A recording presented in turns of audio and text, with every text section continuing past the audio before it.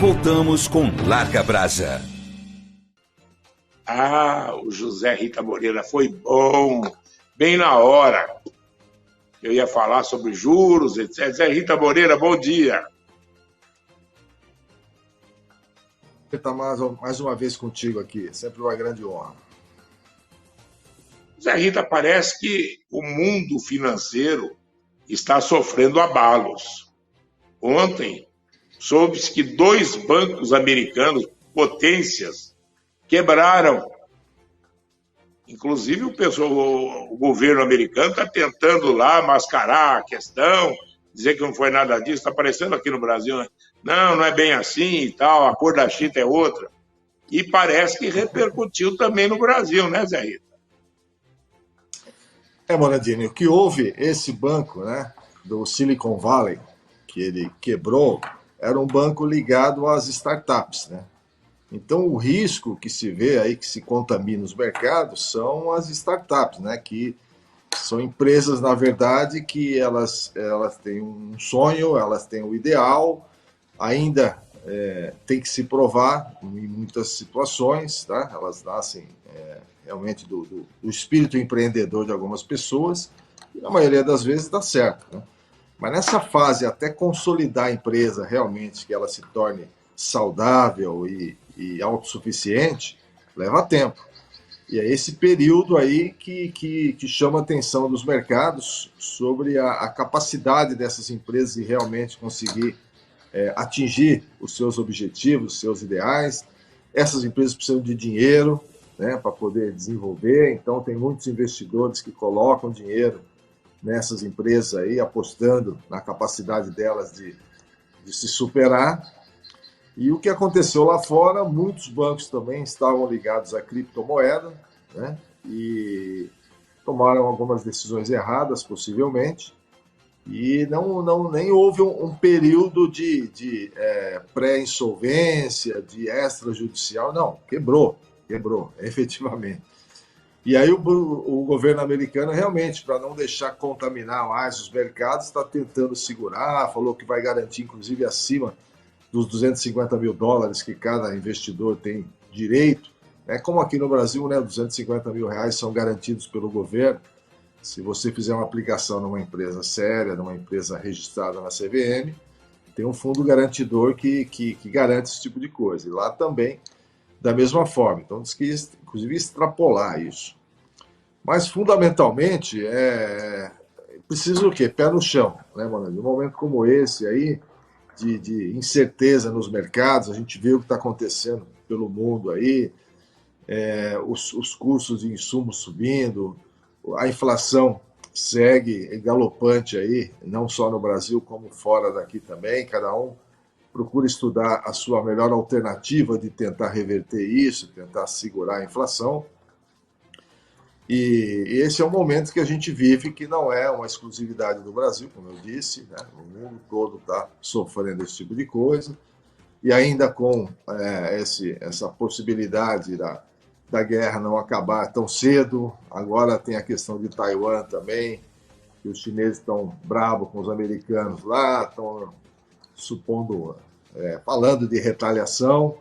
Isso abala, né? Isso abala os mercados. A economia, ela trabalha com o mercado em voo de cruzeiro, né? Em mar de navegantes, uma coisa mais tranquila. E tudo isso, quando isso acontece, isso causa insegurança, porque ninguém quer perder dinheiro. Então, na dúvida se vai acontecer uma guerra ou não, eu vou tirar o meu dinheiro de lá, porque se acontecer a guerra, o banco pode quebrar, ou pode ter uma decisão do governo de segurar esse meu dinheiro lá.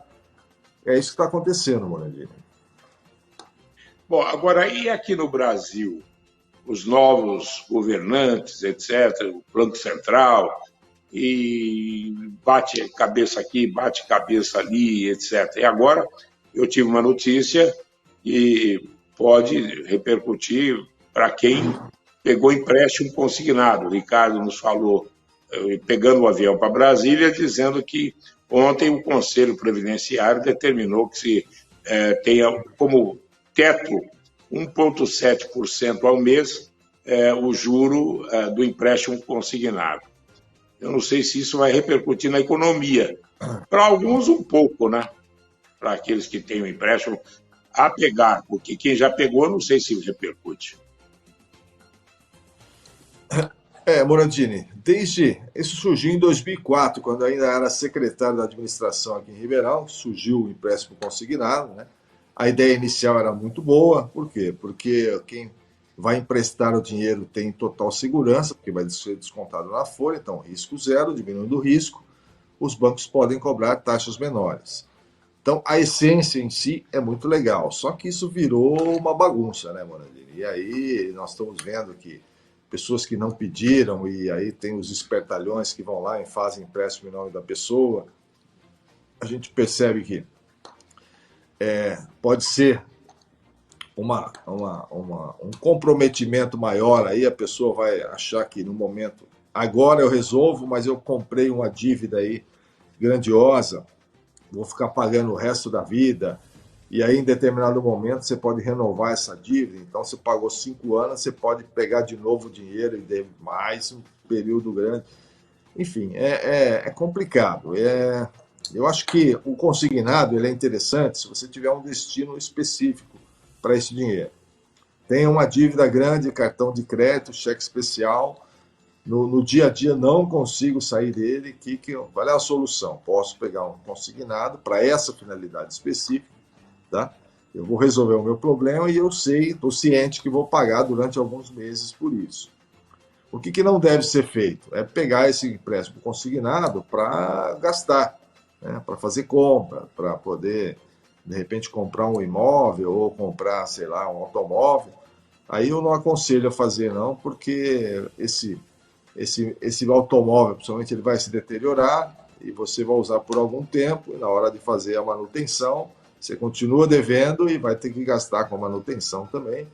Enfim, não é um dinheiro para compras, é um dinheiro para resolver um problema localizado das pessoas.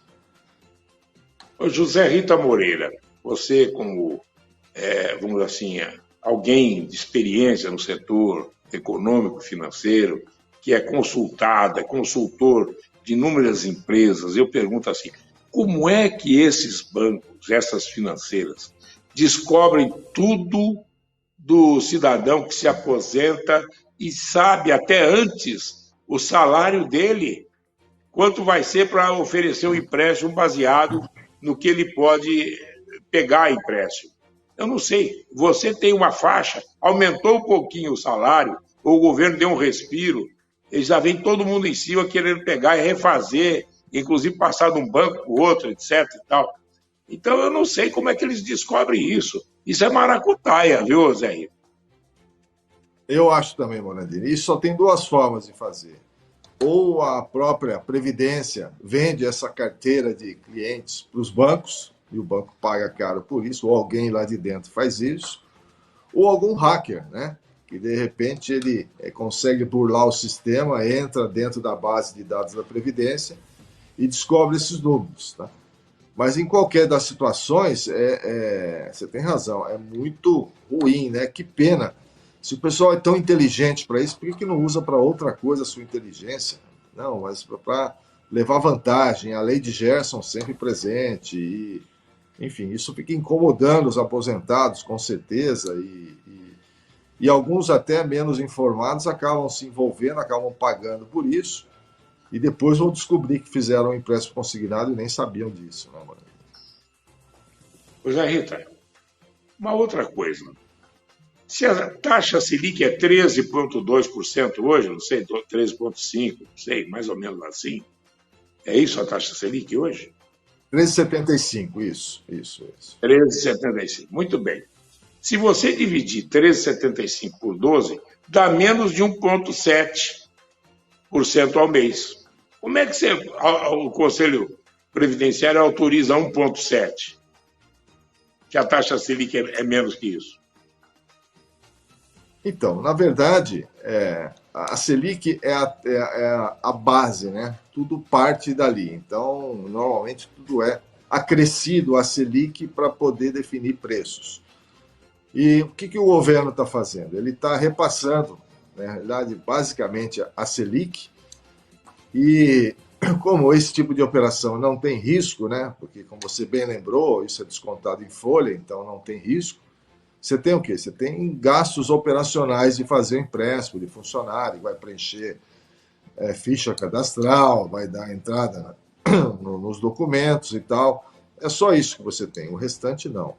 Então, nesse caso, sim, é possível se fazer uma taxa bem pequenininha, tá? Quase empatando com a Selic, porque a Selic é o quanto o governo paga, tá?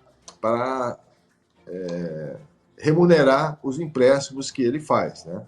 Então, o governo toma dinheiro no mercado e ele paga a taxa Selic. Tá? O que ele está fazendo agora?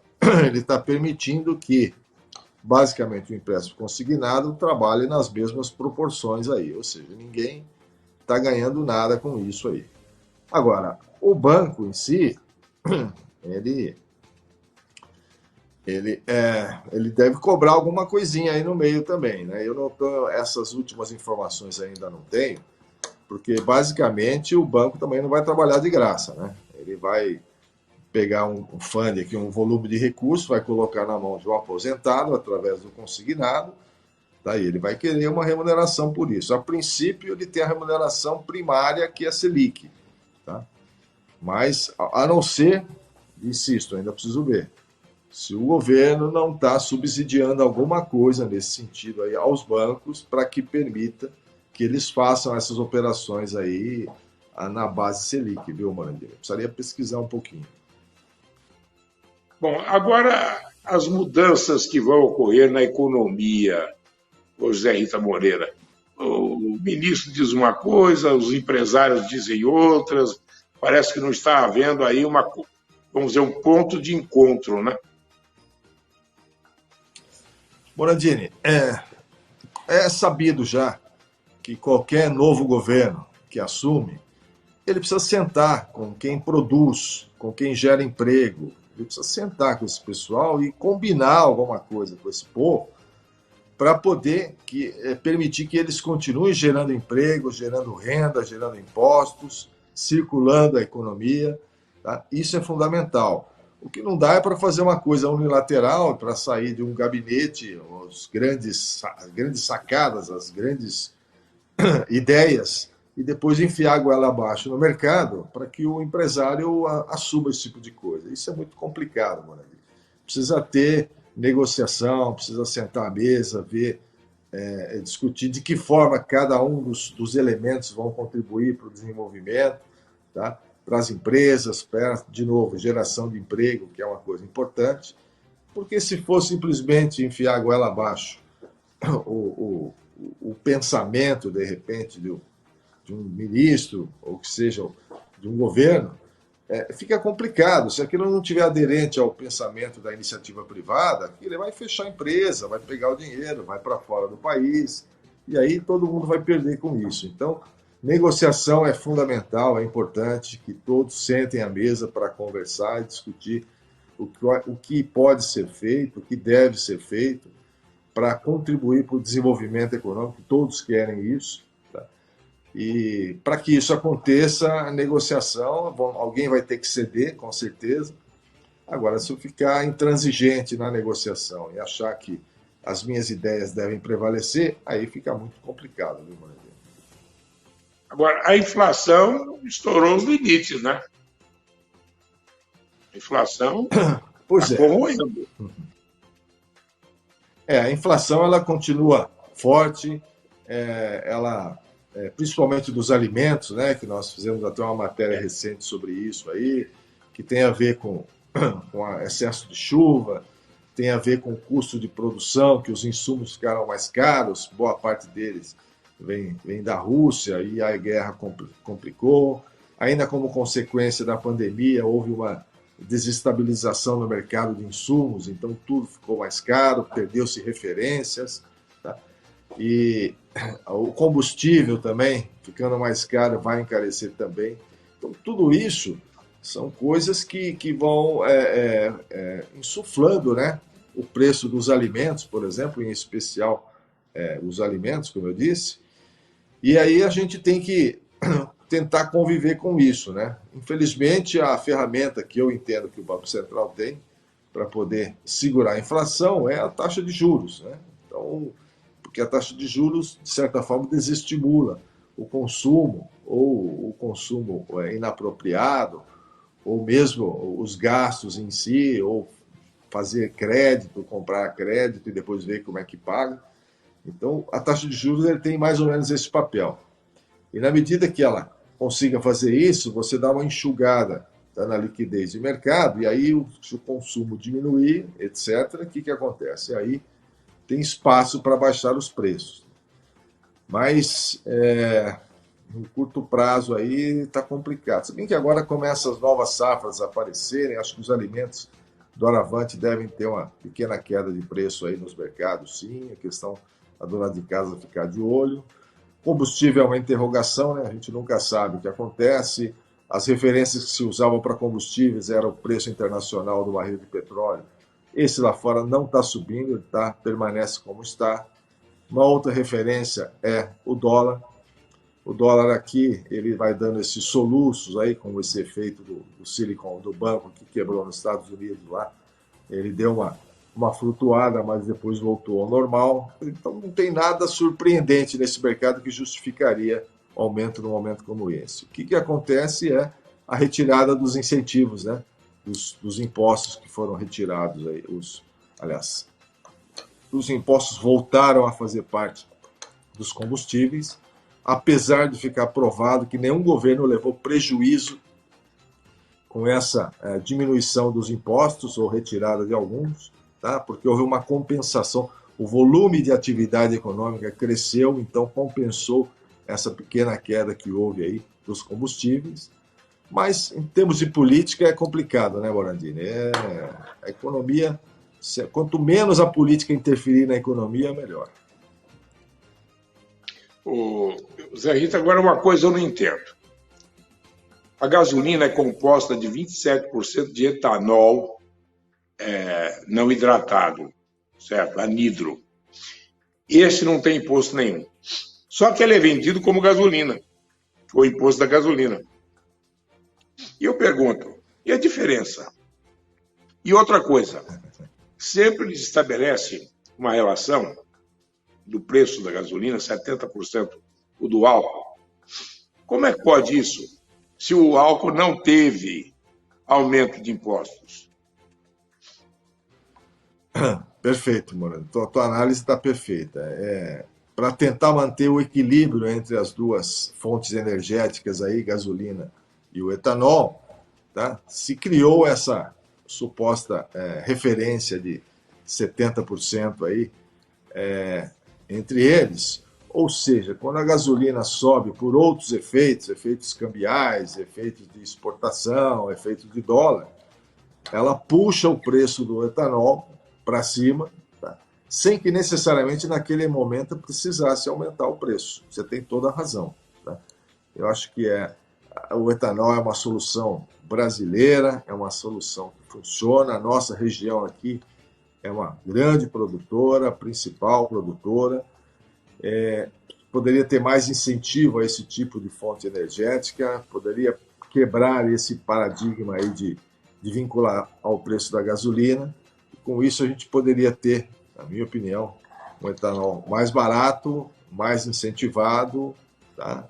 Fazer uma parceria com as usinas para que aumentasse a produção e garantir o abastecimento, porque vai haver um programa de incentivo. Enfim, tudo é possível, viu, Morandini? Eu acho que tudo é possível. Agora, a política atual, infelizmente, que já vem há algum tempo, dessa paridade, ela é danosa para o consumidor, porque necessariamente, até sem que precisasse subir, alguns preços sobem. Isso não quer dizer que o custo de produção da cana também não sofreu, claro. Assim como os alimentos sofreram aí com os insumos que subiram de preço, a cana também sofreu com isso. Ok, vamos ser justos, tá? Mas nessa proporção que precisa subir, não sei, eu acredito que não. Mas quem leva vantagem são as distribuidoras, né? As distribuidoras. Sempre tem um vilão na cadeia, né? Tem um vilão. Precisa ver quem é o vilão da vez. Se é o produtor, o distribuidor o posto de combustível, tá? Então, essa cadeia aí, eu acho que o posto não é o vilão e acho que o produtor também não. Sobra para a distribuidora, realmente. Perfeito. Muito obrigado, Zé Rita. Bom dia para você, bom trabalho. Sempre um prazer estar com você, Moradini. Grande abraço e bom trabalho também. Muito obrigado.